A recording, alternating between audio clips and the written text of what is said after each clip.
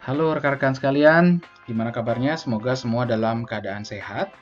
Jumpa lagi bersama saya Dwiki pada perkuliahan pembelajaran terpadu di sesi kali ini. Melalui video ini saya akan menyampaikan topik selanjutnya, yakni tentang jenis dan model-model pembelajaran terpadu. Rekan-rekan sekalian, untuk pembelajaran terpadu, secara garis besar kalian sudah mengetahui apa sih definisi dan konsep dari pembelajaran terpadu itu sendiri.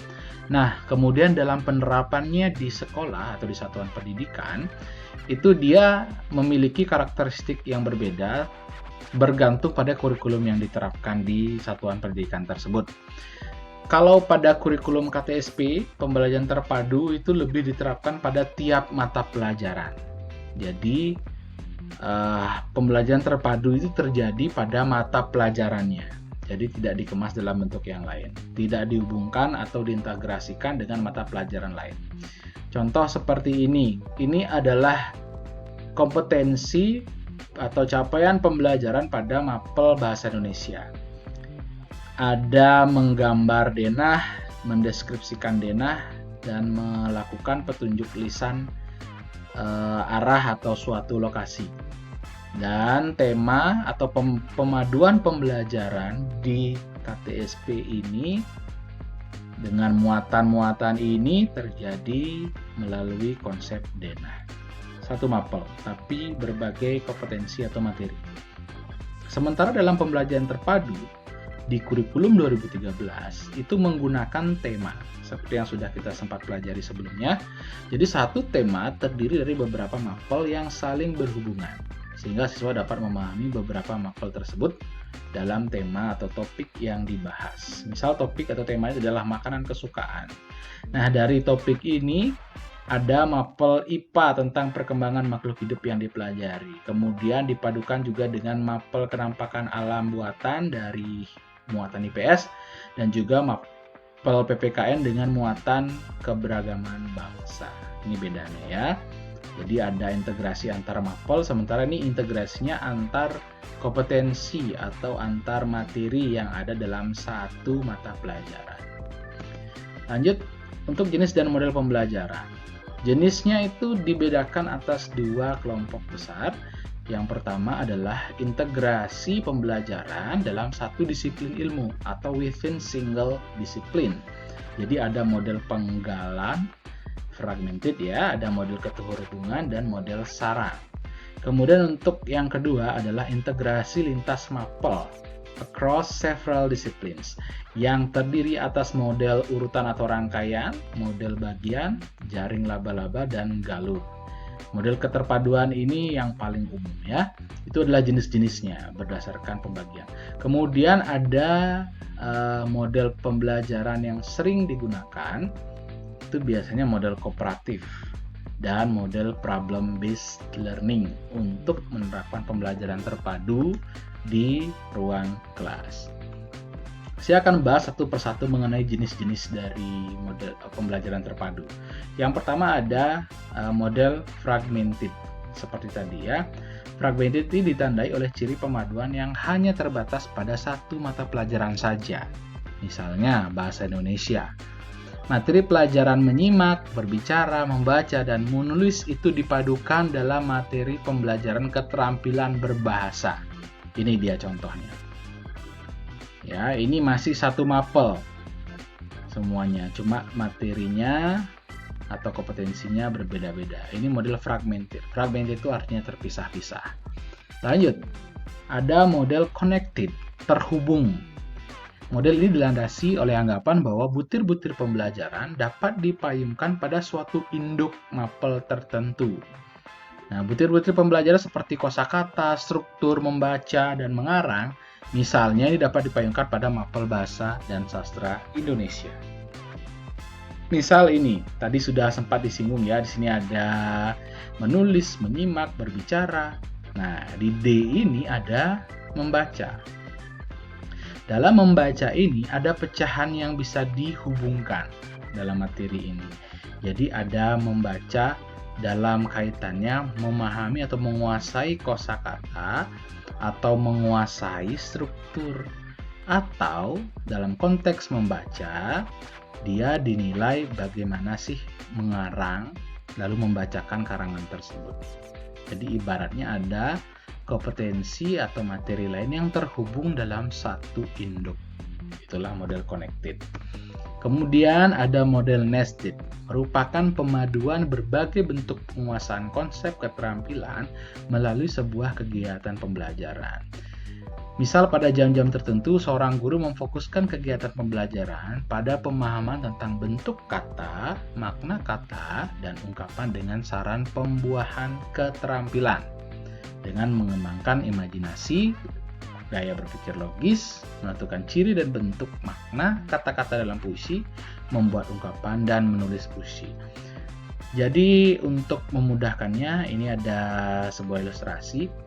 Ibaratkan nested ini dia pemaduan keterampilan yang semakin rinci atau semakin fokus gitu ya. Misalnya dari yang paling luar adalah menulis puisi, kemudian membuat atau menulis puisi maksud saya ya. Kemudian di sini ada menentukan ciri-ciri atau makna kata dalam puisi. Kemudian yang paling kecil adalah mengembangkan daya imajinasi, mencoba menyelami apa makna puisi itu. Jadi keterampilannya semakin terfokus.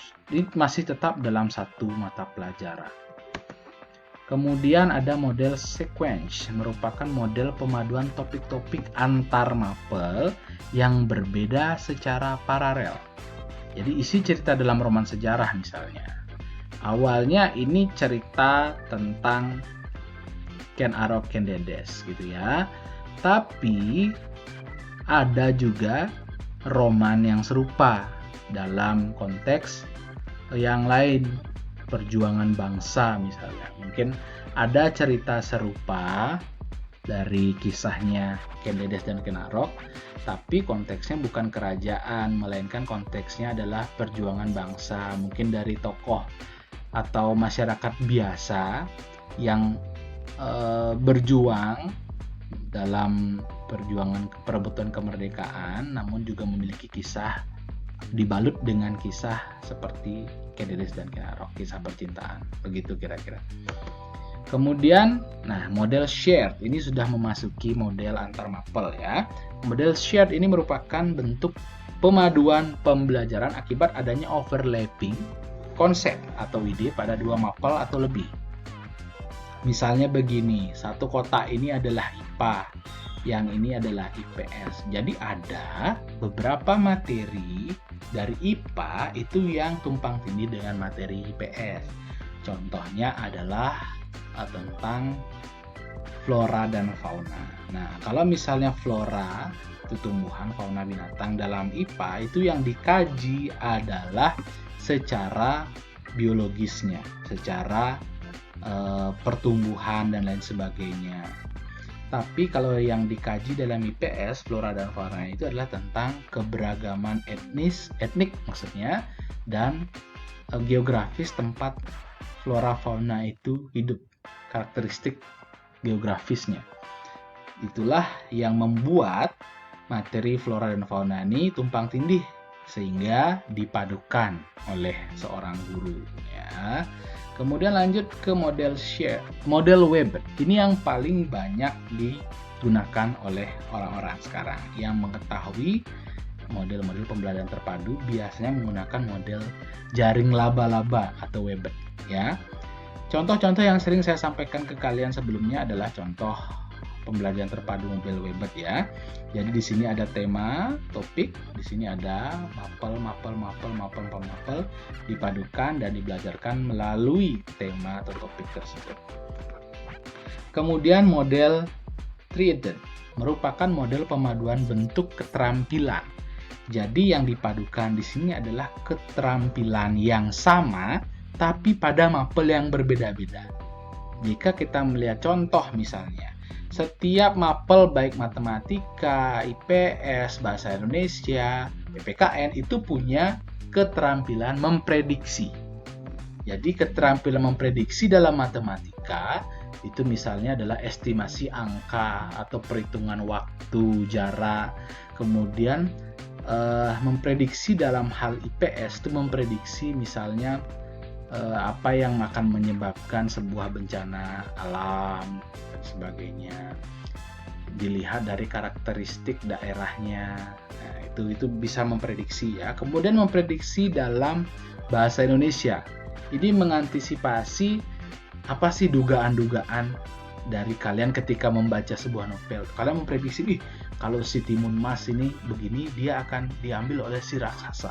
Nah, kalau misalnya ibunya ngelawan, bisa-bisa akan terjadi konflik yang sangat besar. Nah, itu bagian dari prediksi.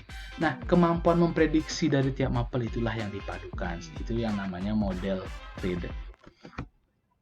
Sekian untuk penjelasan materi pada video kali ini. Semoga dapat dipahami dengan baik tentang jenis dan model pembelajaran terpadu. Selamat melanjutkan aktivitas belajar dan sampai jumpa pada video pembelajaran berikutnya.